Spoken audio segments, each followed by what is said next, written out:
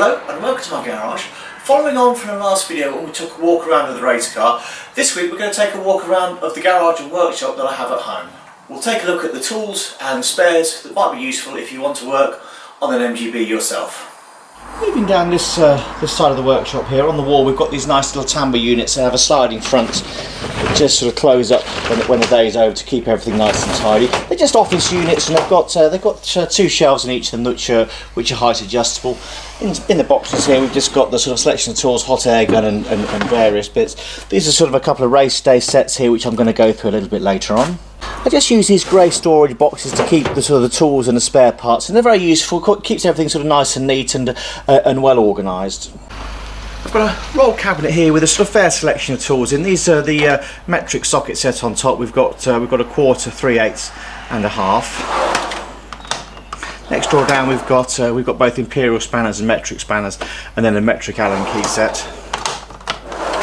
And here we've got sort of pliers and adjustable spanner and grips. So in this drawer we've got the hammer sets, which is a ball peen hammer set and then a riveting set that is quite useful, little soft face mallet there, and then an impact driver as well. Further on down we've got another socket set. These are all the imperial ones, so we've got a 1/2 inch one there and a 3/8, and a selection of deep sockets too.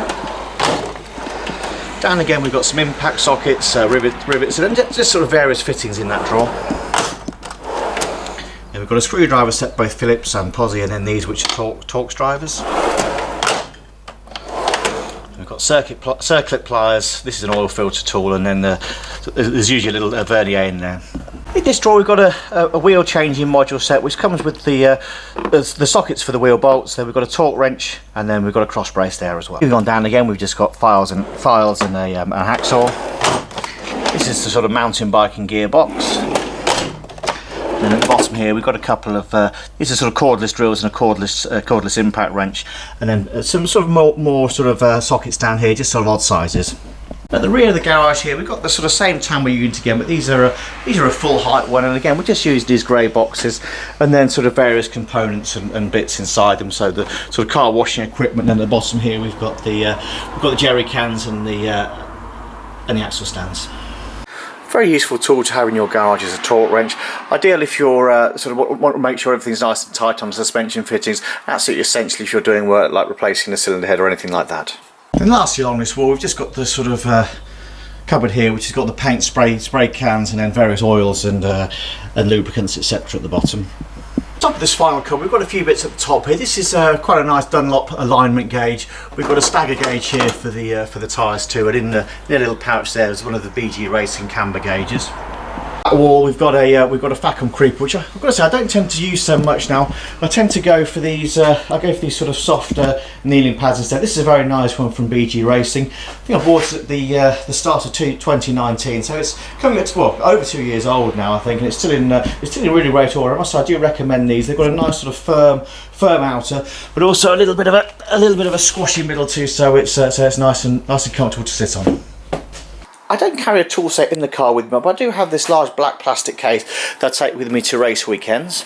In the race day toolkit we've basically got a selection of combination spanners. We've got a socket rail there with imperial sockets, and a couple of ratchets and extensions, a couple of hammers, and there's a little a thermometer there as well. On this side we've got a plier set, sort of a screwdriver handle there with these fittings that can go into it. Then we've got sort of various bits of feeler gauges. That's a spanner for the jig fittings, and then a sort of a wire brush if you need to clean anything, a pen and pencil. In this box we've got sort of various spare parts, bolts, nuts, that sort of thing.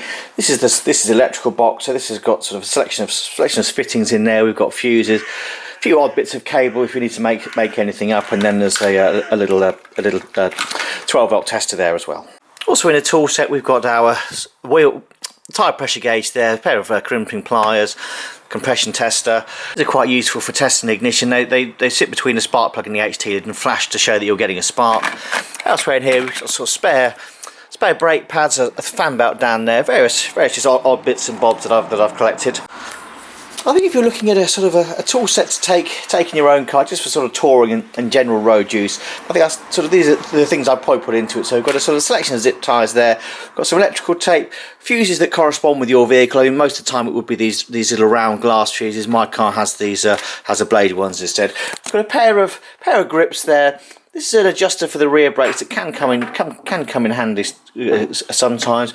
Then we've got a pair of pliers there, the combination ones, and then also some needle nose ones there. Little flashlight, always useful, especially if you're sort of caught out after dark. We've got a screwdriver here with sort of interchangeable blades. Very useful thing I find is a test light. I mean, this is quite a neat one that just sort of clips in, crocodile click on one end, and then you've got a little pin on the other that you can pierce a cable with that if you wanted. Very basic. Socket set, obviously you can go to town on this. I mean, all I've got here I think is going from 7/16 to 5/8 there. I think it is, and just a little socket, and then the spanner set. It's worth having two of the 1/2 inch spanners, because if you need to change the alternator or tighten the belt up, you do need two to loosen the loosen the nuts on the top. So that's a combination there, 1/2 and 7/16, and 7/16 going up to 11/16 on the car. Probably the most important thing though is going to be a mobile phone, so that you can call for help if required. The other thing you will need to keep in the back will be a socket like this if you've got the mini light or alloy wheels or the Ross style wheels, or one of the hide hammers if you've got the wire wheels to remove them in case of puncture. The jack that comes with these cars isn't the most friendly to use, and I would probably say buy yourself a cheap scissor jack instead to keep it a boot. In my car I haven't even got the jacking points on it anymore. I've just got some sort of plastic bungs under there that I use with the trolley jack. Another option could be something like this as a little set just to keep in a car with you. This is sort of fairly comprehensive but very small. It's got obviously probably a bit more useful for modern vehicles. You've got a good selection of screwdriver bits there. You've got metric sockets from 5.5 to 13, and then just a little 1/4 inch socket on ratchet on top there. They do these in imperial sizes too as well.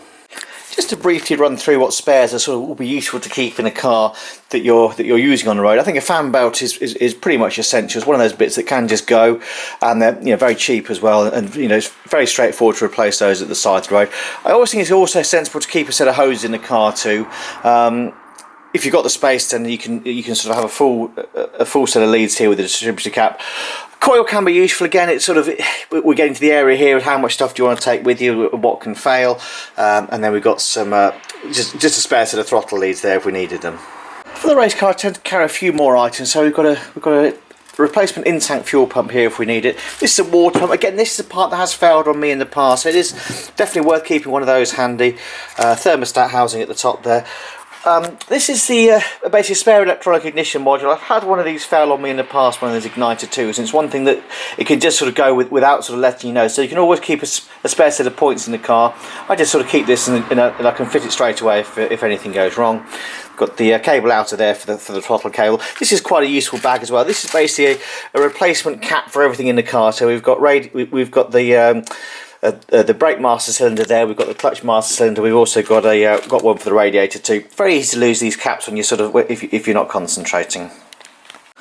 Also in this little sort of spares box for the race weekend, we've got things like an extra front light if required. We've got a rear light in there. These are some rotor arms and sort of just various bits and bobs I sort of collected over the years that have always been useful to have at hand.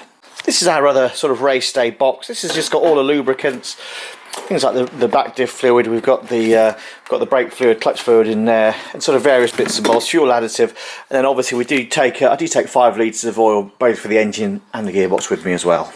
So hopefully that's given you a fairly concise insight into my workshop here. As always, don't hesitate to get in touch with any questions, and don't forget to like and subscribe to my channel to see more videos like these. Right now in the UK it's getting fairly cold, so I think I'm going to call it a day there and go inside and warm up. Many thanks. Bye.